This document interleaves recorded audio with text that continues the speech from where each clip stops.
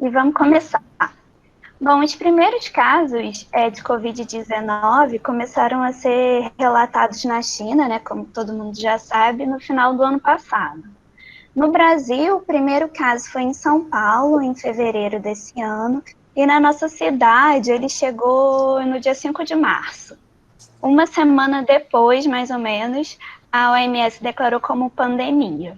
E desde então a gente vem tentando aprender, conforme a gente vai vendo o tempo passar com essa doença nova, né? São muitos desafios que a gente está lidando num momento que a gente nunca imaginou que fosse lidar. Desde o começo foi bem estabelecido alguns grupos de riscos para a doença Covid-19 em relação a desfechos desfavoráveis, como os obesos, hipertensos, diabéticos, idosos e as pessoas com doenças pulmonares ou cardiovasculares. Só que as gestantes, elas eram sempre um ponto de interrogação, por falta de dados conhecidos mesmo no começo da pandemia.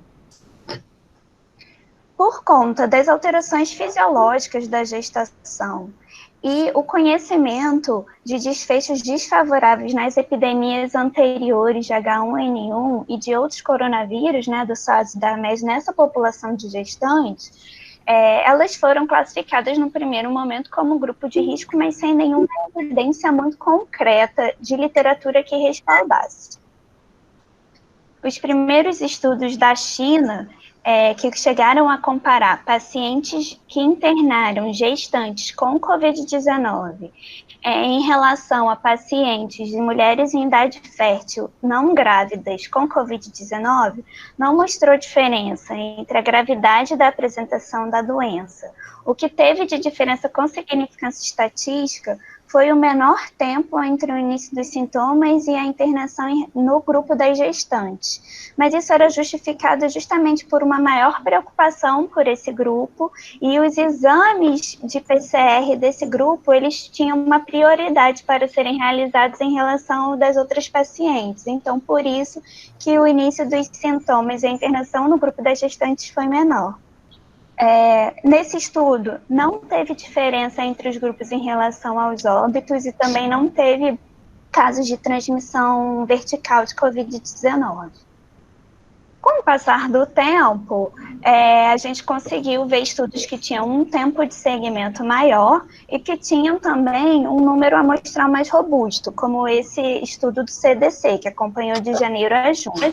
E ele comparou as pacientes gestantes com diagnóstico de Covid-19 e as pacientes mulheres de idade fértil com Covid, mas não grávidas. No grupo das grávidas, houve um maior risco de hospitalização, maior risco de admissão na unidade de terapia intensiva e maior necessidade de ventilação mecânica. Entretanto, a gente não viu diferença no desfecho óbito entre os dois grupos.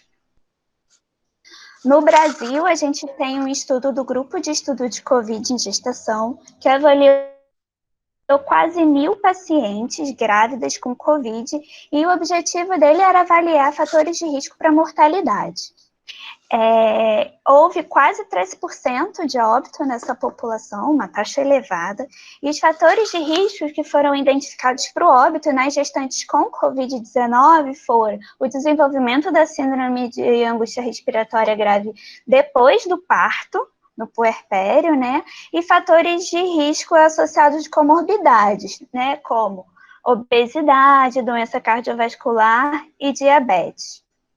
O que chama atenção é que as pacientes que se autodeclaravam como brancas foi um fator protetor, então elas faleciam menos do que as pardas e as negras. E isso mostra, na verdade, um acesso maior, né, ao sistema de saúde da etnia branca em comparação às negras e pardas. No Brasil, a gente tem dados do OPAS, que foi liberado na semana passada, mas ele é compilado do dia 18, que até o dia 18 de setembro a gente tinha notificado 2.256 gestantes com diagnóstico de Covid-19 e uma razão de mortalidade entre elas de 4,7. Quando a gente pega os dados do município do Rio de Janeiro, a gente vê que a gente tem quase 300 gestantes notificadas com Covid-19 e 52 puérperas. E o que chama a atenção aqui é que quando a gente vai comparar a letalidade entre as gestantes e as puérperas, a gente vê que a letalidade das puérperas é maior, o que é compatível com aquele estudo brasileiro que eu citei anteriormente, que o desenvolvimento de CIRAG após o parto é um fator de risco para óbito. E o grande problema, né, na interrupção da cadeia de transmissão da Covid-19 é que o vírus, o coronavírus, ele não é só transmitido por aqueles pacientes que apresentam sintomas, mas também entre aqueles pacientes assintomáticos e aqueles que estão na fase de pré-sintoma. E, inclusive, isso foi um dos motivos de ter essa política de uso universal de máscaras. E as gestantes não ficam de fora dessa fatia da população assintomática que é portadora. Esse estudo do New England, que foi lançado em maio, foi realizado em Nova York, e eles avaliaram as gestantes fazendo o rastreamento universal de todas aquelas que chegavam no momento do parto. O que chama a atenção é que um pouco mais de 15% dessa população tinha o PCR positivo, e dentre as que tinham um PCR positivo, quase 90% delas eram assintomáticas, então é uma fatia muito importante.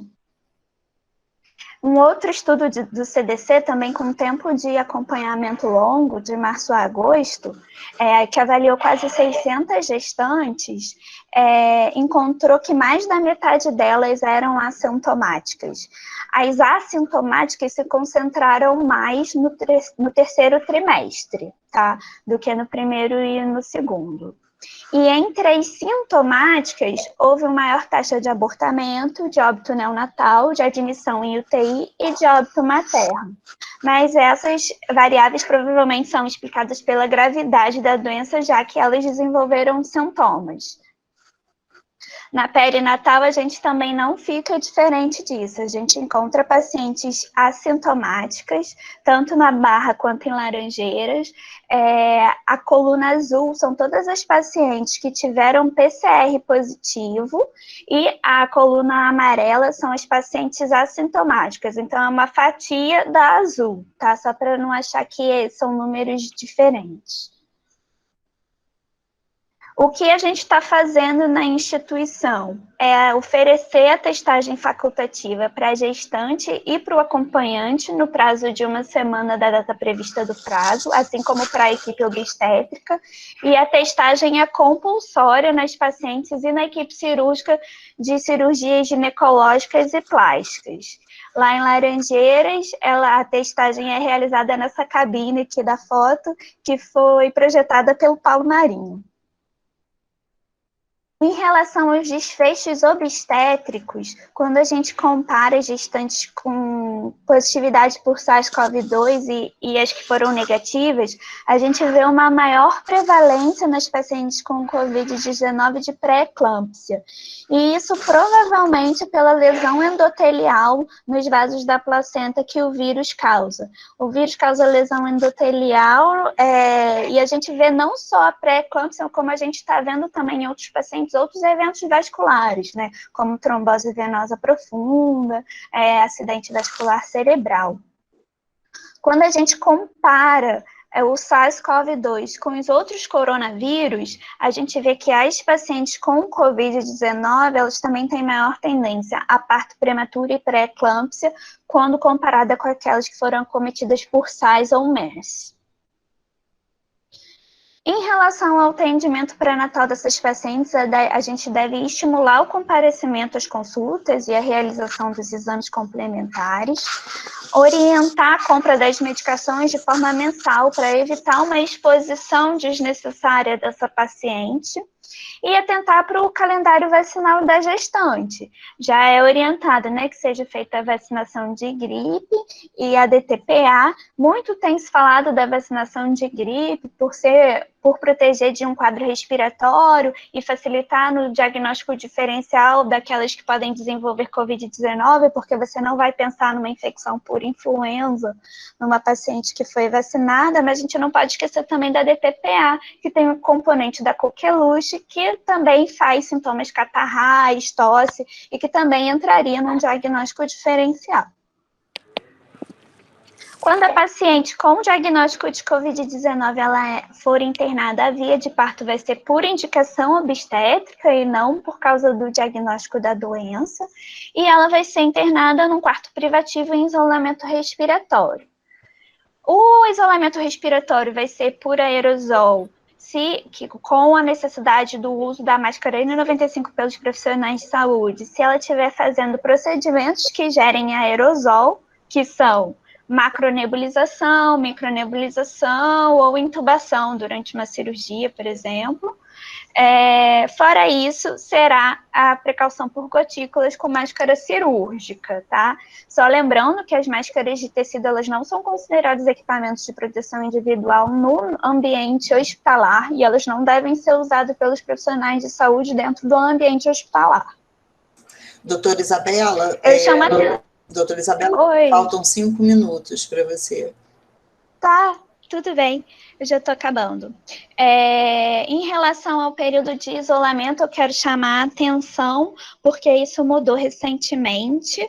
Não são mais os 14 dias que a gente estava acostumado a falar, naqueles pacientes que são assintomáticos, não imunodeprimidos, ou que fizeram uns quadros leves, são 10 dias. E nos pacientes imunodeprimidos ou que desenvolveram um caso grave, são 20 dias. Essas orientações mudaram tanto no Ministério da Saúde como no CDC. Bom, então, concluindo, as gestantes, elas podem desenvolver, sim, formas graves da Covid-19. De complicações obstétricas, como pré-eclâmpsia e parto prematuro, elas são observadas nesse grupo populacional. E a gente tem que ter atenção aos sintomas respiratórios também no puerpério, não só na gestação, porque as puérperas também estão incluídas nesse grupo de risco. Obrigada. Obrigado, Isabela, pela excelente apresentação. Acho que foi realmente muito produtiva para todos aqui que estão vendo a sessão. Então, eu vou passar então a palavra agora para a Alessandra e para a Renata Coutinho, certo? E depois acho que as perguntas vêm depois, né, Teisa? Não vai. Eu acredito que você possa fazer também a apresentação dos casos e as perguntas a gente deixa para os 10 minutos finais, né? Mais produtivo. Ok, então com a palavra, Alessandra e Renata. Deixa eu só fazer um comentário aqui, que eu vi, excelente, gostei muito da apresentação. Eu queria fazer um comentário que eu acho que é uma questão que eu vou deixar aqui para todos. A gente viu aquela taxa de mortalidade, aquela coisa toda, e no Brasil, particularmente, a gente teve aí notícias de muita morte materna. Mas quero dizer para vocês assim, na perinatal, de março até hoje, são 800 partos de mês, né? Então, abril, maio, junho, julho, agosto, setembro, 7 meses, 5 mil partos quase, 7 vezes 8, 56, 5 mil partos, não tivemos nenhum óbito. Então, eu acho que parte desses óbitos é responsabilidade do sistema de saúde. Então, eu me pergunto, até quanto você fala, mortalidade, morreu mãe com Covid, se não morreriam, se não tivesse Covid, o sistema, que é um sistema que não é tão bem feito. Nós, graças a Deus, não perdemos ninguém. Tivemos algumas graves, mas não perdemos ninguém.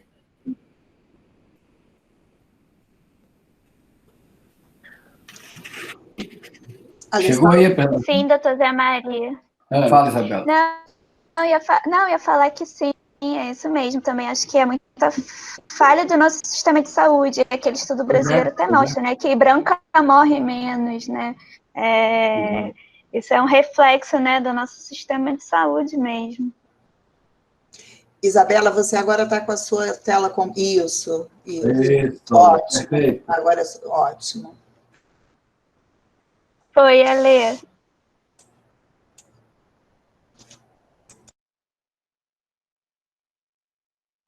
Ale, passou, só que o seu microfone está desligado. Mas a gente está vendo. Não, olha só, você agora selecionou o Google Meet. Estou soltando. Já foi, peraí. Pronto. Foi? Foi. Vocês estão me ouvindo e estão vendo a apresentação? Isso, pode seguir em frente. Tá bom, vamos começar, então. Desculpa, tá? Obrigada, doutor Zé Maria, aí, que ajudou a me dar um tempo aqui para encontrar. A pessoa não está acostumada com o Meet. Então, eu e a Renata, a gente vai continuar a apresentação dessa sessão hoje, falando um pouquinho da experiência da literatura sobre a infecção pelo SARS-CoV-2 em neonatologia, e passar um pouquinho para vocês da nossa experiência também lá na UTI neonatal da Perinatal de Laranjeiras. Nós duas somos médicas infectologistas do Serviço de Controle de Infecção Hospitalar, eu fico em Laranjeiras, e a Renata fica em Laranjeiras e na Barra. E a gente vai abordar com vocês esses assuntos hoje, eu vou andar um pouquinho mais rápido, porque eu já atrasei vocês um pouco.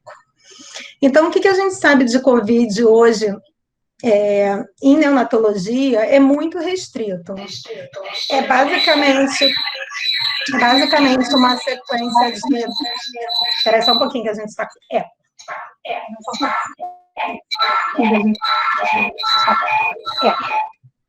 É basicamente uma série de casos de literatura, meta-análises e muito pouco de dados epidemiológicos específicos dessa faixa etária, que a gente que faz neonatologia já está um pouco acostumado com isso, né?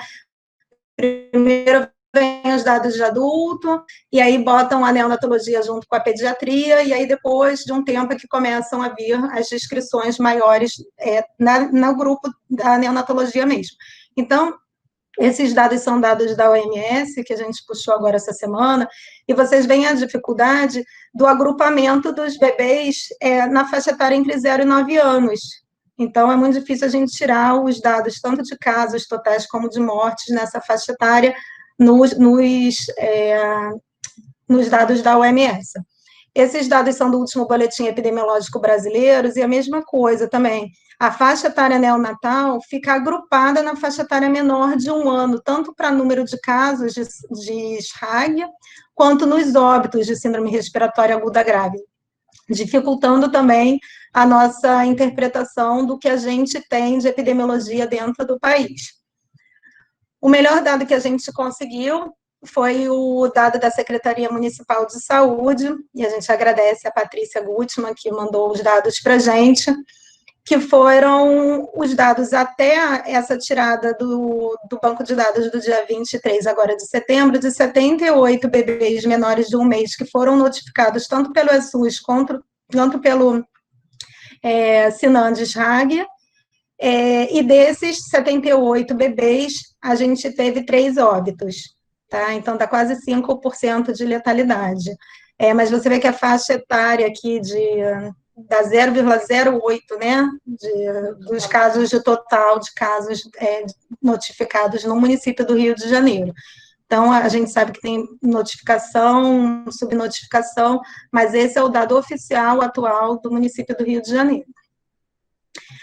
A Isabela já falou, e isso todo mundo já está vendo o desenvolver, né, da ciência desde de dezembro do ano passado, no decorrer desses 6 meses, a gente já entende bem as formas de transmissão na população em geral do SARS-CoV-2. O que ainda falta entender na nossa população são as formas de transmissão para o bebê. Como outros vírus são transmitidos por via transplacentária, por via de leite materno, no periparto, a gente, no início, imaginou, né, toda a literatura imaginou que essa seria uma forma importante também de transmissão para o recém-nascido. O que se entende hoje é que a transmissão perinatal e pós-natal mesmo, no período pós-natal, é mais importante, e ela provavelmente no recém-nascido se dá da mesma forma que nas outras faixas etárias. Ela vai se dar por exposição a gotículas respiratórias, eventualmente a aerosóis, e ao contato direto com secreção respiratória do bebê e do seu ambiente, dos seus cuidadores. E aí a grande pergunta que desde o início da pandemia surgiu, e isso acarretou várias mudanças de protocolo na neonatologia, é se é possível a transmissão vertical da infecção da mãe para o bebê através da placenta ou no período intrauterino ainda. Os primeiros relatos no início da pandemia descartaram totalmente a possibilidade de transmissão vertical, ofereceram uma série de exames necessários para fazer esse diagnóstico, e, a princípio, os primeiros estudos mostraram que não haveria risco de transmissão vertical transplacentária, intraútero. Entretanto, isso vem mudado. A gente sabe que para ter transmissão transplacentária, sugere-se que tenha uma infecção direta do sincício trofoblasto, ou através da circulação materno-fetal, ou através dos macrófagos do sangue materno, ou, eventualmente, por via ascendente no canal de parto. Essa ideia de que não haveria transmissão vertical mudou um pouco à medida que foram saindo os primeiros estudos de imunohistoquímica e de biologia molecular de séries de casos de placenta. Então, assim, tem um estudo de 101 placentas, publicado há pouco tempo atrás, mas dessas 101 placentas eram de todas as gestantes que deram à luz num centro desde o início da pandemia, desde antes do início da pandemia, era um banco de placentas. Dessas placentas, 15 eram de gestantes com coronavírus confirmado, com infecção confirmada pelo coronavírus.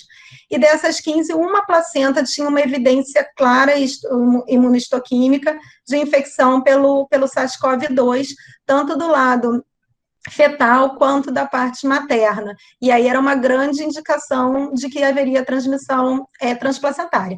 Só que, como os outros casos, até esse outro que está aí do lado, e vários outros estudos mostram, a gente não sabe até que ponto essa representação imunohistoquímica, esses achados, têm correlação com a sintomatologia e a infecção do recém-nascido. Todos os casos publicados que têm algum acometimento placentário têm algumas limitações de outras formas que poderiam justificar o contágio do recém-nascido. Então, ainda falta bastante coisa para a gente saber a respeito da transmissão transplacentária. E, além disso, uma preocupação muito grande é que, à medida que o vírus vai mutando, essa mutação pode acarretar um vírus que atualmente não faz transmissão transplacentária e que, eventualmente, pode passar a fazer. Então, é um motivo ainda de preocupação. A gente deve tomar em consideração dos bebês que positivam precocemente essa possível via de transmissão,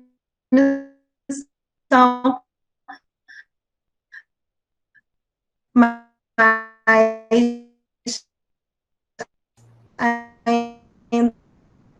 Alessandra, a sua voz está falhando. Não é certo. Materno tem a grande preocupação de ser... Oi. Normalizou. Está melhor? Normalizou. Aqui está, porque a internet está boa. O aleitamento materno também é uma via preocupante desde o início, né, se seria uma via de transmissão para o recém-nascido. Apesar de vários estudos já terem mostrado partículas virais no leite materno, ainda não foi comprovado partículas viáveis no leite. Depois que isola no PCR o vírus, eles são colocados em cultura e, a princípio, os poucos relatos que tem não mostram partículas viáveis no leite materno.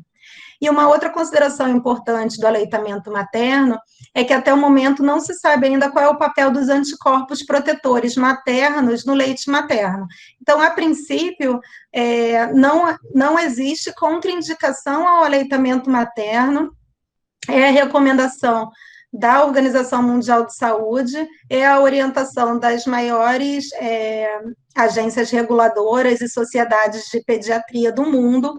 Então, dadas as evidências que a gente tem hoje, não deve se suspender o aleitamento materno frente a todos os benefícios que eles têm para os recém-nascidos.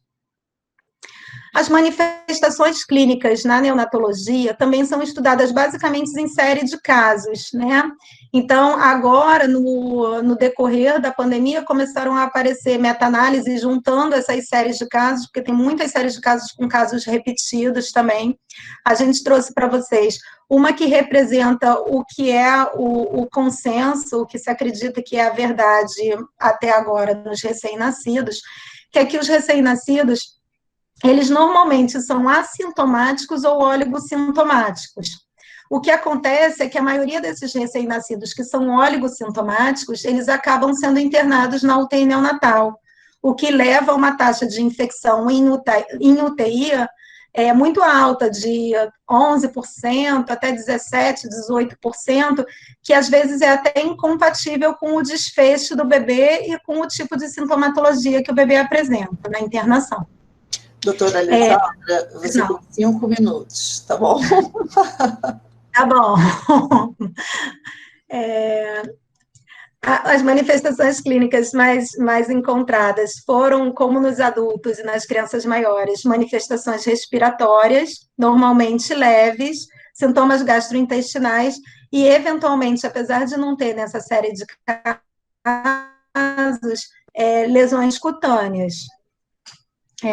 Febre não é uma manifestação muito comum em recém-nascido, mas nessa série de casos, 50% mostrou febre.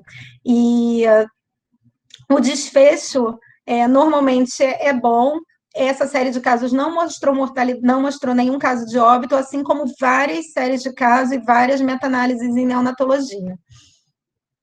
O diagnóstico do recém-nascido, a gente não vai esmiuçar aqui, como é feito, a maioria das pessoas já está acostumada, mas, na verdade, o que deve ser discutido, além de quem colher, é o que colher, né? Então, a gente tende a colher de todos os bebês sintomáticos ou assintomáticos de mãe positiva, a gente colhe com até 24 horas de vida e depois uma segunda amostra com 48 horas antes da alta, dos bebês que vêm de casa com manifestação sugestiva de COVID ou manifestações inesperadas e não justificadas por outras etiologias, e também dos bebês que estão internados, que têm internação prolongada já na UTI neonatal e que modificam o seu quadro clínico de forma inesperada e não justificada. O que se deve colher do recém-nascido também é um assunto muito discutido hoje em dia. A gente sabe que o SUAB, o material que a gente usa para coleta de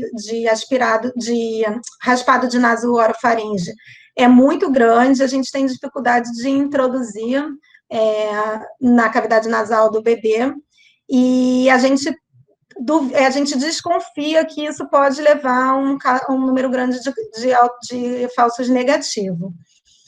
A gente tem usado na perinatal o aspirado de nasoorofaringe ou o aspirado traqueal nos bebês que já estão intubados. O aspirado de nasoorofaringe parece ter a mesma sensibilidade do SUAB e é autorizado pela Anvisa como uma forma de coleta.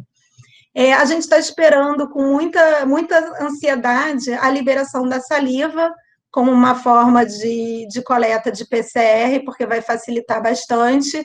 Já tem vários estudos validando, mas ainda não está validado nem para adulto e nem para neonatologia como diagnóstico clínico. As fezes também já tem isolamento viral em amostra de fezes, o que tornaria uma forma interessante de contágio do recém-nascido para os seus cuidadores também, uma vez que o recém-nascido incontinente tem muita manipulação de fezes pelos cuidadores, então a gente fica interessado em saber também o papel dessa presença do vírus nas fezes na dinâmica da epidemiologia da pandemia. E o papel da sorologia, a gente não vai falar de sorologia, mas só para deixar claro que não existe um papel da sorologia no diagnóstico de infecção no recém-nascido. Mesmo se você encontrar um IgM positivo no sangue do bebê ou no sangue de cordão, ainda não existe uma justificativa para que seja considerado infecção precoce, porque pode ser um falso positivo, que é muito comum ainda nos exames que a gente tem disponível. Os cuidados pré-natais já é consenso, pós-natais, desculpa, já é consenso das grandes sociedades também, das agências reguladoras. No início era recomendado afastar a mãe do bebê e evitar o contato pele a pele e fazer o clampeamento precoce do cordão. Atualmente, no decorrer dos conhecimentos da pandemia, a própria Academia Americana de Pediatria voltou atrás da primeira recomendação e lançou e atualizou as suas recomendações em junho para não suspender o contato pele a pele no parto e não afastar o bebê da mãe, manter o binômio junto, uma vez que não se mostra que essas medidas na sala de parto e precoces, elas diminuem o contágio comparando com os bebês que são afastados, que não são afastados. Então, que a criação do vínculo seria mais forte do que essas medidas de afastamento. Não é necessário o banho precoce do bebê.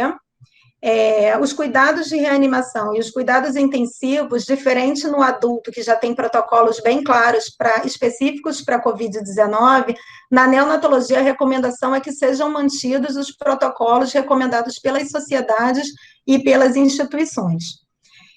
Para a gente de controle de infecção, já que é a visão do neonatologista, é muito importante no cuidado pós-natal a gente reforçar as medidas de controle e prevenção das infecções relacionadas à assistência à saúde em geral, manter o uso racional de antimicrobianos e o controle da disseminação de multiresistentes, para a gente evitar tomar medidas que não são justificadas pela literatura e que vão ter um impacto negativo no nosso cuidado e na segurança do paciente. Na UTI neonatal, a gente entende que, como em toda a pediatria, é uma situação diferente, peculiar, é diferente de no adulto. A gente entende que o isolamento social é a medida mais importante na prevenção da disseminação da Covid-19, mas a gente entende também que tem que existir um limite entre esse isolamento e as medidas de humanização e criação do vínculo entre os pais. Vou passar isso rápido, é um dado da Anvisa, mas para vocês entenderem a dificuldade da dinâmica na UTI neonatal, e numa UTI de adulto, você suspende as visitas e todo e qualquer contato e entrada dentro da UTI resolve parte do problema. Na UTI neonatal, o bebê tem que ter o vínculo com os pais, a família, tem os avós, tem os irmãos envolvidos, além da presença da equipe multidisciplinar e dos outros pacientes nessa dinâmica de contágio. O que a gente recomenda lá na perinatal, embasado na literatura e na nossa vontade de manter a humanização do serviço, é evitar isolar RNs suspeitos de Covid-19 com os RNs, confirmados, não expostos, no mesmo ambiente. Então, a gente tenta que os bebês que são Covid confirmados não fiquem junto com aqueles que tiveram uma piora clínica ou que reinternaram por alguma manifestação respiratória ou suspeita.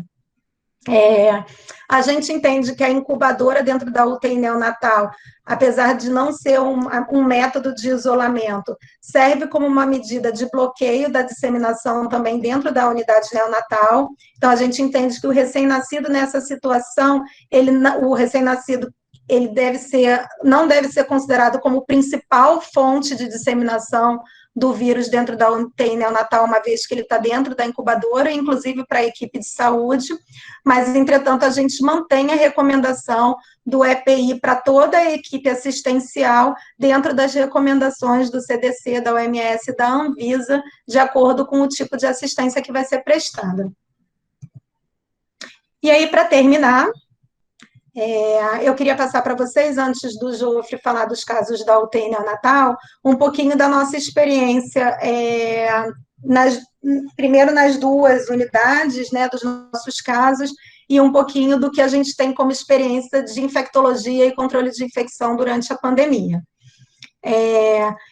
Esse slide mostra uma série dos casos de pacientes com Covid-19 internados na UTI neonatal, da Peri-Barra e da Perinatal Laranjeiras, juntos. Esses são só os bebês que testaram positivo dentro das duas unidades. Então, resumo bem rápido, os dados ainda estão sendo compilados, mas a gente teve nas duas unidades 9 casos confirmados positivos. São bebês com idade gestacional entre 26 e 38 semanas, 100% de partos cesáreos, e uma idade entre o início dos sintomas e o nascimento de 9 a 60 dias, com uma média de 26. 5 desses 9 bebês tinham outras infecções associadas, não necessariamente com infecções de vírus respiratórios, mas infecção do trato urinário. O tempo médio de internação desses bebês foi de 26 dias, e 2 desses bebês tinham comorbidades, já estavam internados por comorbidade. 6 bebês vieram de casa desses 9, os outros 3 foram identificados durante o período de internação, e dos 9 bebês, 8 tiveram um contactante COVID positivo identificado na investigação. Só um bebê que a gente não conseguiu identificar dentro das unidades um possível contactante. Desde o início da pandemia, lá perto do Carnaval, quando começaram os primeiros casos, o controle de infecção, junto com as gerências e a qualidade, a gente trabalhou para juntar o que ia aparecendo de dados, trabalhar isso dentro da nossa realidade, formar protocolos clínicos e treinar a equipe. O uso universal de máscara por familiares e a equipe já é usado desde, se eu não me engano, maio, antes das recomendações oficiais, acho que abril ou maio, antes da recomendação oficial de máscara universal dentro da unidade. A gente instituiu uma unidade de COVID de isolamento específica na neonatologia, e eu acho que muito importante é a possibilidade de fazer um teste, assim que ficou disponível o teste de PCR com metodologia rápida, a gente ter ele disponível para testar os casos suspeitos. Isso é importante, tanto do ponto de vista epidemiológico, para evitar, para descartar um caso pouco provável, mas também do ponto de vista de humanização, para a gente evitar o isolamento prolongado de um caso suspeito. A gente faz screening clínico e epidemiológico diário de todos os pais, visitantes e da equipe multidisciplinar. Esse screening é, inclusive, registrado. A gente intensificou toda a higienização do ambiente, as rotinas de higiene de mãos, tanto pela equipe quanto o treinamento de familiares, e existe a disponibilização universal de EPI para a equipe, de acordo com o procedimento realizado. E dentro das medidas de humanização, que eu acho que quem trabalha com neonatologia, no início da pandemia, era a nossa principal preocupação, né? A gente tinha muita dificuldade de aceitar o afastamento da mãe do bebê, a gente tinha muita dificuldade de aceitar que isso fosse uma recomendação oficial de que o bebê ficasse sozinho e que a mãe não tivesse contato. Então, desde o início, a gente tentou ao máximo possível estimular o aleitamento materno, flexibilizar as visitas à maternidade, não restringir de forma dramática o acesso de pais e mães à UTI neonatal, mães sintomáticas, que a característica, que a condição clínica dela não permite visitar a UTI neonatal, são afastadas. Mães sintomáticas ou pais sintomáticos não são permitidos entrar na UTI neonatal, mas a mãe que tem um COVID positivo ou a mãe que ainda está internada, a gente ainda tenta flexibilizar, uma vez que a gente tem a possibilidade de fazer todo o fluxo de transporte seguro dentro da instituição, para que ela possa visitar o seu bebê que não tem condições de fazer alojamento conjunto enquanto ela ainda está internada. Sempre que não tiver mais de um bebê internado na área específica de COVID.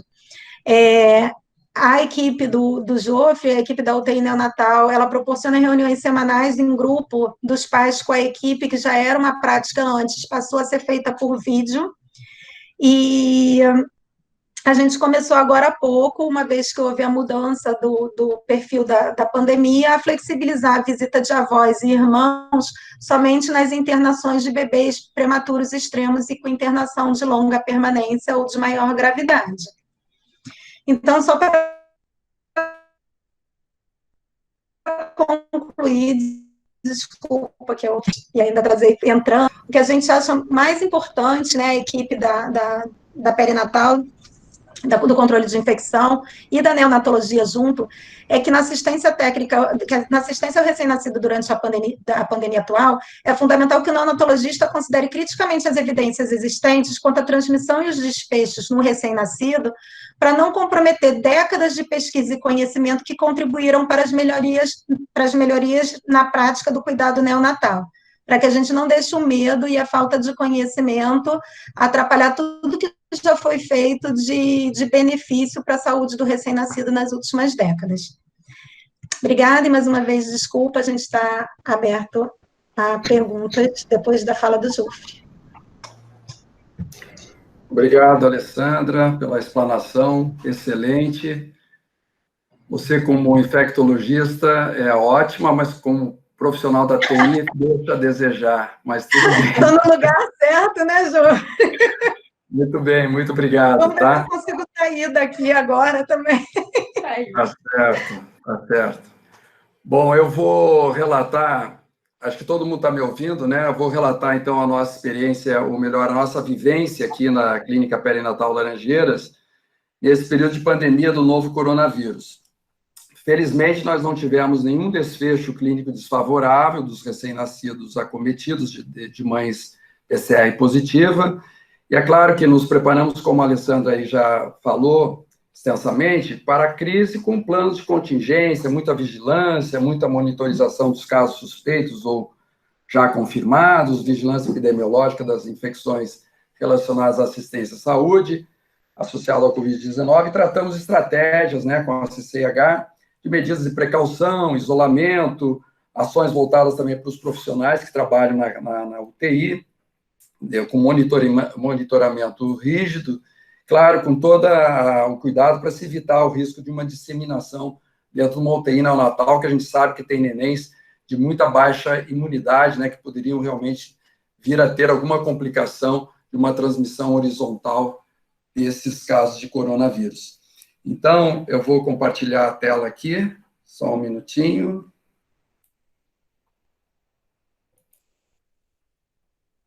Então, seleciona a tela, compartilhar.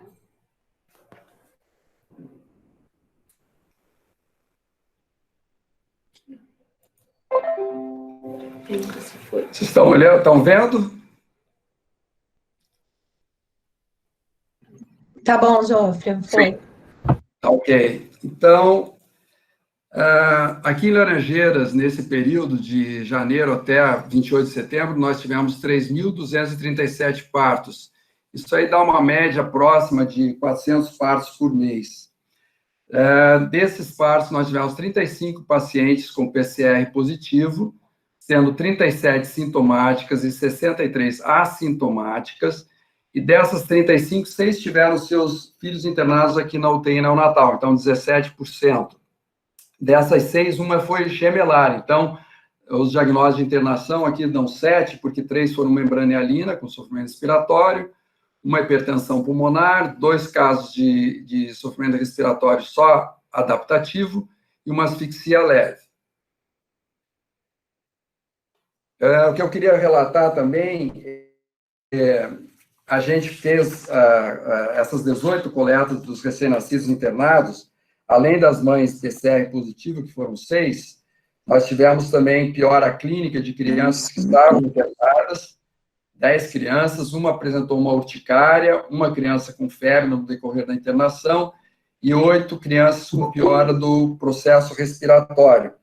Então, com toda a criança nessas pioras clínicas, desses recém-nascidos internados, e também os externos com quadro inexplicável, por exemplo, uma febre na internação, que pode ser muito bem só uma baixa ingesta de leite nesse período, às vezes pode realmente ser um caso, e a gente fez o rastreio de PCR, todos foram negativos, né, e a coleta pela Redditor agora dispõe do Gene Expert, aquele Gene Express, né, Express, com uma resposta em horas, então, o que facilita muito o nosso cuidado neonatal. Aqui é um desfecho das crianças que ficaram internadas na UTI neonatal. Então, nós tivemos no período de maio, 4 crianças, né, aqui em cima, não sei se todos estão vendo com facilidade, depois só uma em julho, agosto e setembro. Uma certa predominância do sexo masculino, 4 crianças foram prematuras, com essa idade gestacional, variando de 33 a 35 semanas, e 3 recém-nascidos a termo. Predomínio, claro, de parto cesariana, para um parto normal, e um período de internação em torno de 3 a 19 dias. A que ficou mais tempo foi 19 dias, mas não por nenhum quadro de Covid, o suspeito viral, não, pelo próprio quadro pulmonar de membrana hialina, baixo peso. Em relação aos sintomas maternos, nós tivemos 3 gestantes ou puérperas com quadro respiratório, mas quadro respiratório leve, apenas uma com quadro respiratório mais importante. O suporte ventilatório dessas crianças não foi grave, foi simplesmente CPAP, com uso de surfactante, mais pela membrana hialina mesmo. Os outros foi uma questão só adaptativa, ficaram basicamente em ar ambiente, né? Então, esses foram o diagnóstico, basicamente membrana hialina, uma asfixia e desconforto respiratório adaptativo, uma hipertensão pulmonar. Em relação aos sintomas, eu já falei da febre materna e infecção de vias aéreas, apenas uma que realmente precisou um suporte de oxigenação maior na UTI materna. Os bebês não fizeram antibiótico, a gente tem essa questão aqui na perinatal do uso racional de antibiótico, então, realmente, para necessitar um antibiótico, tem que realmente comprovar que existe um risco de infecção.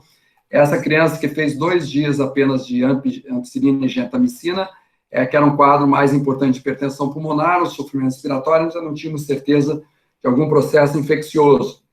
Mas com 2 hemogramas normais e PCR negativo, a gente acabou suspendendo o antibiótico.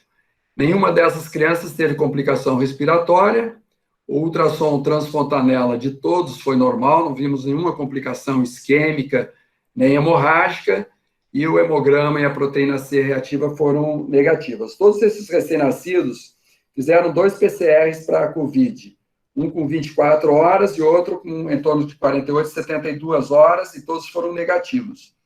Nós não fizemos outros marcadores inflamatórios, além da PCR, como dedímero, ferritina ou procalcitonina, primeiro porque não tem muita alteração no prognóstico, somente uma questão, às vezes, até de esfoliação de sangue, e a literatura não demonstra que os recém-nascidos sejam trombogênicos. Então, a gente realmente não colheu dessas crianças esses outros marcadores inflamatórios. Em relação à transmissão horizontal, então, transmissão vertical não tivemos nada, absolutamente nada, os bebês ficaram muito bem, saíram sem nenhuma complicação. Nós tivemos 2 casos de transmissão horizontal.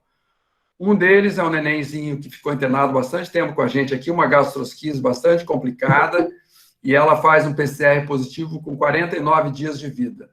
Foi o nascimento em março, com a gastrosquise, e a gente colheu do bebê, porque a mãe, ela vinha pouco na UTI, e ela positivou, começou sintoma, positivou, avisou a gente no dia 13, a gente colheu o primeiro PCR do neném, foi negativo, e 2 dias depois, PCR positivo. Nesse período ali inicial, ele realmente, o neném teve febre,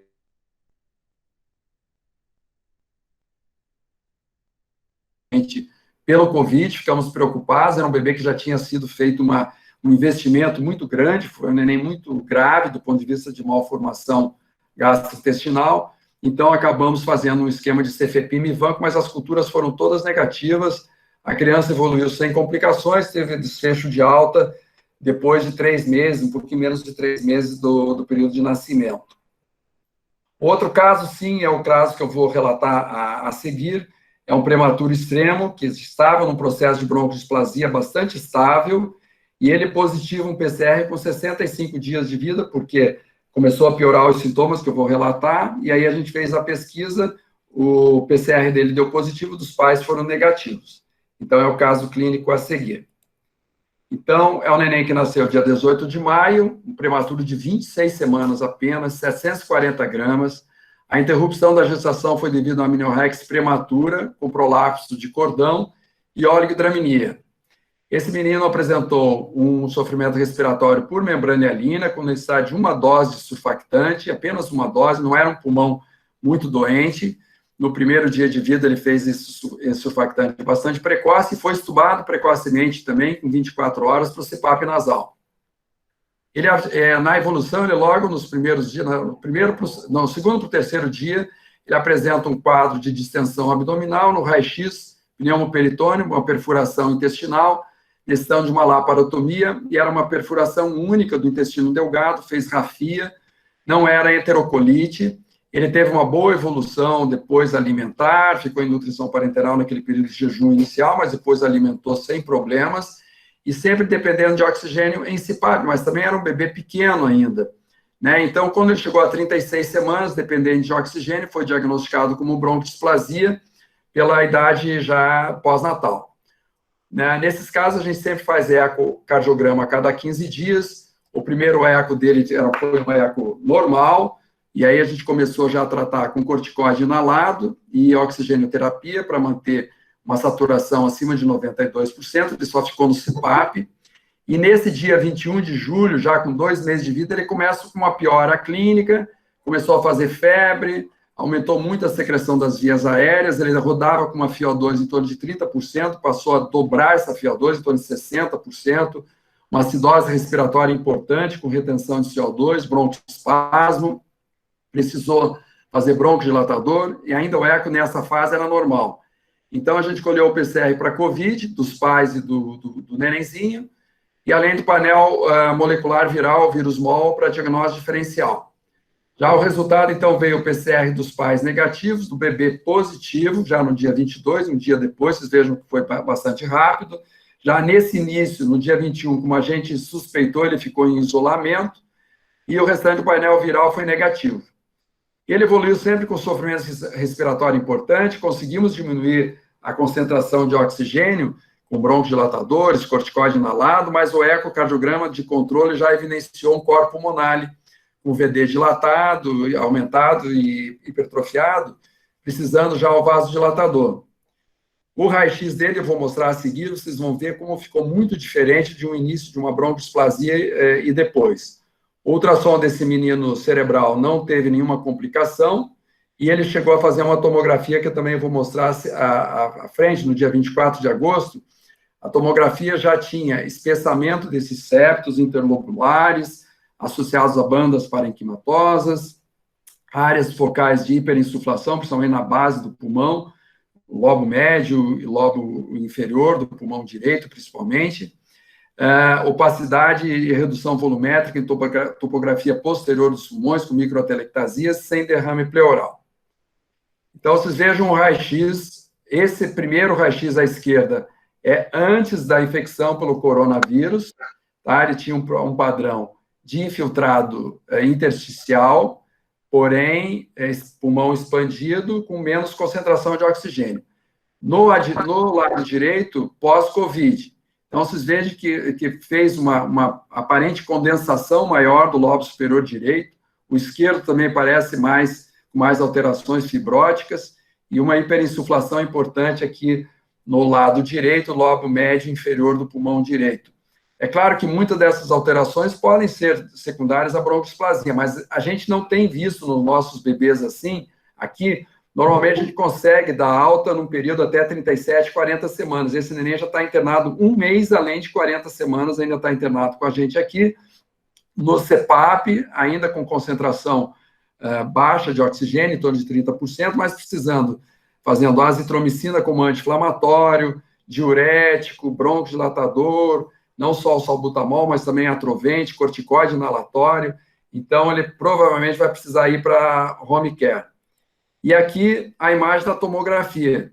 A imagem da tomografia realmente, foi vista pela doutora Eloá, realmente muito comprometido, um pulmão bastante doente, com essas áreas de hiperinsuflação importantes ali na base, o restante com muita fibrose, muita microtelectasia. Então, ela está fazendo, inclusive, agora a nebulização com NaCl a 3% e muita fisioterapia para tentar melhorar isso.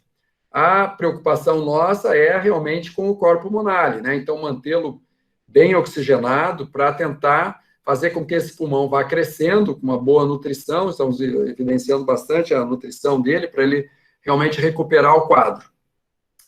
Então, gente, basicamente, o coronavírus, em relação à transmissão vertical, não nos trouxe nenhum problema.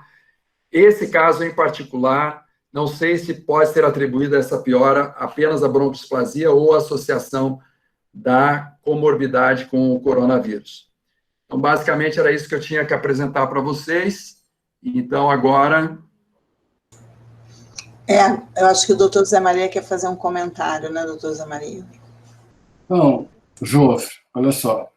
Eu queria fazer 2 comentários. O Bebete me pediu... Estão ouvindo, não? Tá Sim. O Bebete me pediu para tocar num trabalho que a gente está fazendo. É um trabalho interessante. A gente vem fazendo desde o começo aí da pandemia, mas gostamos a colocar em perspectiva. A pergunta é a seguinte: existia sempre uma questão se haveria alguma lesão placentária trombose placentária. Houveram alguns casos que houve descrição disso, alguns casos de natimorto com mãe Covid positivo, e quando fazia o exame da placenta aparecia algum grau de trombose. É muito difícil dizer se era do Covid ou não era, mas levantou-se a hipótese, então, que se você tivesse uma lesão desse tipo, poderia ocasionar algum tipo de lesão cerebral no recém-nascido. Existe um tropismo, existe uma hipótese. A gente, às vezes, vê gêmeo, um gêmeo morre intraútero e o outro tem algumas alterações do sistema nervoso central. Tem uma série de pequenas evidências para trás que sugeriam que essa pode ser uma hipótese. Então, a gente está fazendo um prospectivo em que a gente já levou algumas gestantes para a ressonância magnética, para fazer dentro do útero, gestantes que foram expostas ao Covid, e depois, quando nasce, faz uma ultrassom cerebral, o João está fazendo alguns, a Dani está fazendo lá na Barra também. Então, a gente está procurando olhar. Exposição intraútero, aquelas que a gente conseguiu, fez a ressonância magnética, e aquelas que a gente não conseguiu fazer a ressonância, faz o ultrassom logo que nasce, e depois vai repetir com 3 meses de vida. Vai fazer um acompanhamento do desenvolvimento também, e a hipótese é que possa haver algum tipo de conexão, essa que a gente chama de placenta-cérebro aí, e alguma lesão no neném. A minha impressão particular, esse era o segundo comentário. A gente viu muito pouco problema com o Covid e recém-nascido. Vou repetir para vocês, o Natal faz 800 partos mês de Laranjeira e Barra. Nesses últimos 6 meses, são 5 mil partos. Tivemos aí 8 ou 10 casos. Acho que pode ter passado algum caso que a gente não diagnosticou, mas foi muito pouco. Vou repetir, não perdemos nenhuma gestante. E alguns nenéns, aqueles casos que a Alessandra comentou, a maioria foi infectado pela mãe. A mãe pegou Covid, o neném nasceu amamentando, ainda não estava muito ligado na história, e eles pegaram Covid, provavelmente da mãe por dentro de casa. Então, há possibilidade de uma transmissão vertical? Eu concordo que pode haver, mas vocês têm que concordar com a gente que é muito pouco. Realmente, se tiver, é um caso ou outro isolado, a gente vive isso aí. Quantos partos? Só em Laranjeira, o Jô viu aí, sei lá, 2.500 partos nos últimos 6 meses, e não temos nenhuma evidência de um neném que adoeceu e nasceu doente, séptico, ou que tivesse algum tipo de acometimento. Eu tenho até notícia do pessoal da Rede Dó de São Paulo, eles dizem que viram mais alguns casos que a gente viu de acometimento pulmonar. O São Luís, que é uma maternidade grande de São Paulo também, já troquei uma ideia com eles uma vez, e eles relatam de ter nenéns que fizeram sofrimento respiratório, tiveram tomografia comprometida. Então, na vivência deles, isso aconteceu. Então, esse era o comentário que eu queria fazer. Eu acho que é uma situação muito difícil para todos nós, que a gente viveu nesses últimos 6 meses. É uma situação difícil para o gestor do hospital, porque você tem a gestante que testa. Hoje a gente está testando todo mundo antes de entrar no hospital. A gente não estava testando. Então, às vezes ela entrava dentro do hospital, daqui a pouco estava com febre, você testava, ela tinha contato com todo mundo e com o risco de contaminar pessoas.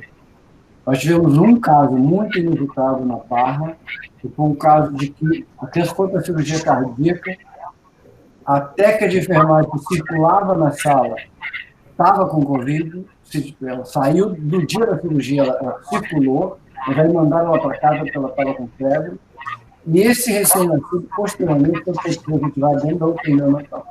Então, é absolutamente impossível de você, às vezes, traçar, como a Alessandra mesmo falou, quais são os caminhos adequados.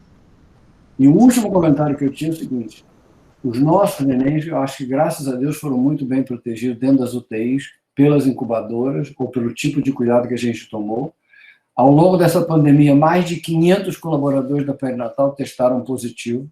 No pico da pandemia, eram 60, 70 testando positivo, e a gente praticamente não transmitiu para ninguém dos nossos pacientes neonatais. Então, tem evidência talvez de um. Então, realmente, eu acho que a máscara, para mim, foi uma das melhores medidas que se tomou, a máscara universal. Então, era isso só que eu queria falar da pesquisa. Excelente, João, excelente apresentação, Alessandra, Isabela, todo mundo. Então, parabéns aí. Seu som, João, seu som. Liga o seu som aí, João. Isso. Acho que era importante só ressaltar, não sei se você falou, que talvez eu não peguei. A Bebete hoje, como a gente estava conversando com ela, né, ela falou que de 30 placentas que foram analisadas lá no Fernandes Figueira, né, apenas uma no macerado placentário parece que teve alguma inclusão viral de uma paciente, que eu acho que foi em natimorto dessa criança. Então, eu ainda não sei de onde é, se é da Barra ou se foi daqui de Laranjeiras, acho que não foi daqui de Laranjeiras, não lembro se a Alessandra lembra disso. A Bebete me relatou... Jofre, é Laranjeiras. Laranjeiras? Sim, é seu paciente, Fernando? 34, Sua paciente? Não, paciente de médico externo, internou já natimorto e como ela tinha sintoma respiratório pequeno, assim, frustro, a gente investigou. Certo. Eu vou só ler para vocês aqui 3 perguntas, né? Primeiro, a doutora Cláudia Esteves pergunta, que acho que é para o doutor Jofre, né? No caso clínico do bebê displásico apresentado, foi discutida a possibilidade de corticoterapia sistêmica, considerando que a dexametasona tem sido indicada para os pacientes adultos e pediátricos com doença grave?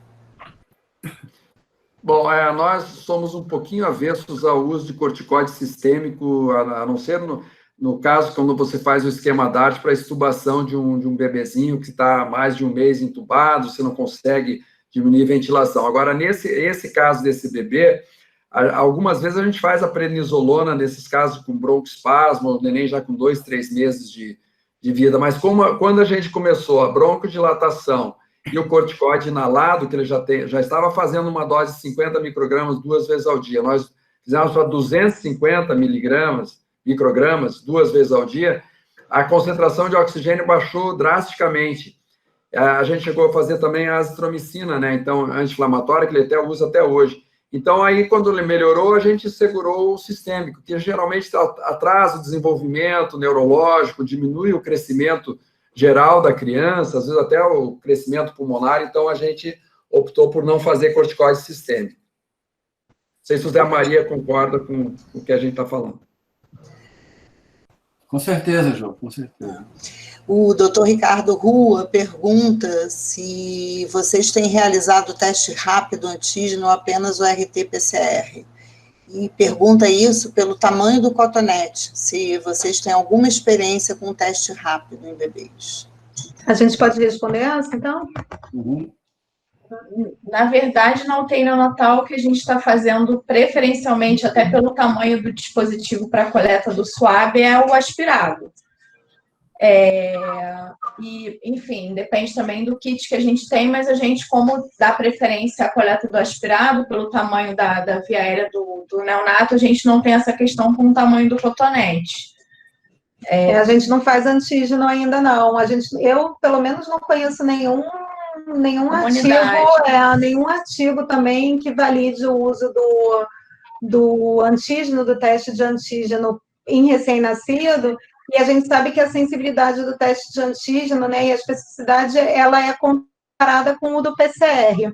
Se a gente já não tem 100% de sensibilidade no PCR, se for fazer o antígeno que tem 90% da sensibilidade do PCR, talvez para diagnóstico e na nossa população, não sei nem se vai ser indicado.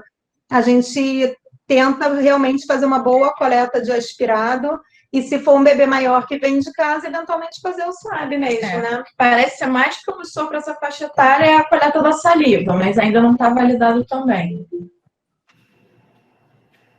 E ainda tem uma pergunta endereçada à doutora Alessandra, feita pela Bebete. Se houve o aumento do uso de álcool gel pelos profissionais de saúde durante a pandemia e se houve, esse fato contribuiu para diminuir as taxas de infecção relacionadas a procedimentos em saúde. Essa pergunta, se a Bebete quiser ligar o áudio, essa pergunta, ela é genérica ou ela é direcionada para a pele? Para a NEL, né? Para a NEL. Então, Bebete, a taxa de utilização que a gente tem em pediatria, né, inclusive nas unidades da pele, é bem elevada, inclusive bem acima da meta, até muito acima da média do que a gente vê, por exemplo, em UTI adulto de maneira geral. Então, a gente não viu o impacto porque a gente já faz um consumo bem elevado, bem acima do que é esperado, o mínimo determinado pela vigilância e o mínimo que a gente tem como meta.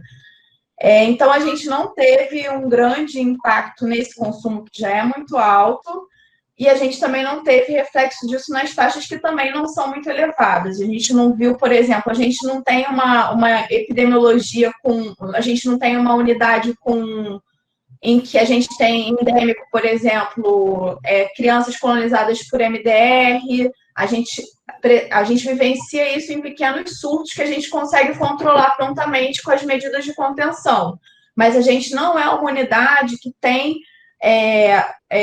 MDR de forma endêmica ou que tem uma epidemiologia desfavorável, que o aumento do uso do álcool tenha reflexo nas nossas taxas que já são baixas. A nossa preocupação era até o contrário. A gente, conversando com quem faz UTI de adulto, até a Isabela deve saber mais isso, a grande preocupação era que a questão do uso do EPI como forma de proteção da equipe multiprofissional, que o uso do EPI de uma forma indiscriminada aumentasse as taxas de infecção e de multiresistentes por transmissão cruzada.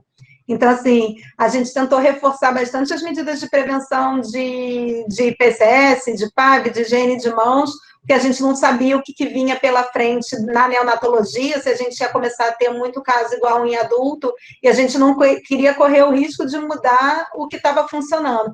Mas, realmente, assim, o nosso uso de álcool em neonatologia em geral, lá na pele também, a adesão, higiene de mãos e o consumo de álcool já é bastante acima da média. Então, a gente não chegou a conseguir ver muita mudança, não. Tá. E acho que, para encerrar, tem uma pergunta aqui que eu acho que é endereçada ao Dr. Jofre, feita pelo Dr. Paulo Henrique Coelho Correia, que ele deve ter feito durante a apresentação do Dr. Jofre, que ele pergunta: seria esse segundo caso aquele que não foi identificado a origem? Foi pesquisado o Covid nos profissionais que atenderam o recém-nascido? E aí, doutor Paulo, se você quiser abrir o microfone e detalhar mais, bem-vindo. Não. Depois a Alessandra também, isso foi bastante discutido na época com a CCIH, porque ficou como se fosse tipo uma caça às bruxas, e não traria nenhum proveito em relação a isso, entendeu? Então, todos os funcionários estavam sendo, claro, estavam assintomáticos, né? Todos com maior cuidado de afastamento quando tinham algum sintoma. Então, nós não fizemos, não, pesquisa de todas as pessoas, né, que realmente mexeram nesse bebê. Mas, desculpa, gente. Doutor Zé Maria... Por orientação da CCIH. Não, então, deixa eu só complementar aqui. É porque apareceu a filhinha da Isabela ali no quadradinho da Isabela, a gente ficou emocionada. Quando a gente teve esse caso, a gente ficou bastante frustrado, né, Jofre, porque a gente colheu, porque a gente tem que colher, e não queria que tivesse vindo positivo. Foi uma discussão acalorada, o que a gente ia fazer. A gente escolheu dos pais, mas entendendo que mesmo os pais negativos e assintomáticos, a sensibilidade do teste não é tão boa. Então, a gente não conseguia nem mesmo descartar que não eram os pais, ou da mesma forma que alguém da equipe multidisciplinar poderia ser um portador assintomático nesse caso, ou e que o exame do pai ou da mãe tivesse já negativado ou tivesse sido um falso negativo. E aí, testar a equipe toda tem um impacto na unidade que a gente não vê tanto valor. A gente faz máscara universal, a gente tem reforçado o cuidado de higiene de mãos e do uso do EPI. O bebê, o bebê estava sendo manuseado com todo cuidado e a gente não tinha nenhum funcionário que lidou com esse bebê, no momento, afastado por Covid. Então, se a gente tivesse, a gente até talvez considerasse, se a gente tivesse pego algum profissional que tivesse cuidado desse bebê e tivesse afastado, a gente já ia tentar fazer achar que essa seria a relação. Agora, se você pega um funcionário qualquer, um colaborador qualquer com PCR positivo, como você vai saber se foi ele ou não que fez Então, a gente teria que fazer PCR de rotina de todo mundo o tempo todo, dado que a gente sabe que tem um monte de carregador assintomático. E a gente faz o screening clínico epidemiológico também, de todos os pais e a equipe todo dia na troca de plantão, para ver se tem contactante, se tem sintoma respiratório, se tem qualquer outra coisa. Daí a gente tenta, com isso, diminuir essa chance de transmissão intra-hospitalar. O que talvez justificaria fazer triagem, screening da equipe, a gente ter um surto ou entre profissionais ou das crianças cuidadas dentro da unidade. Que talvez fosse um alerta de que alguém assintomático estivesse disseminando dentro da unidade, que não foi o caso. A criança, o caso descrito, foi um caso isolado.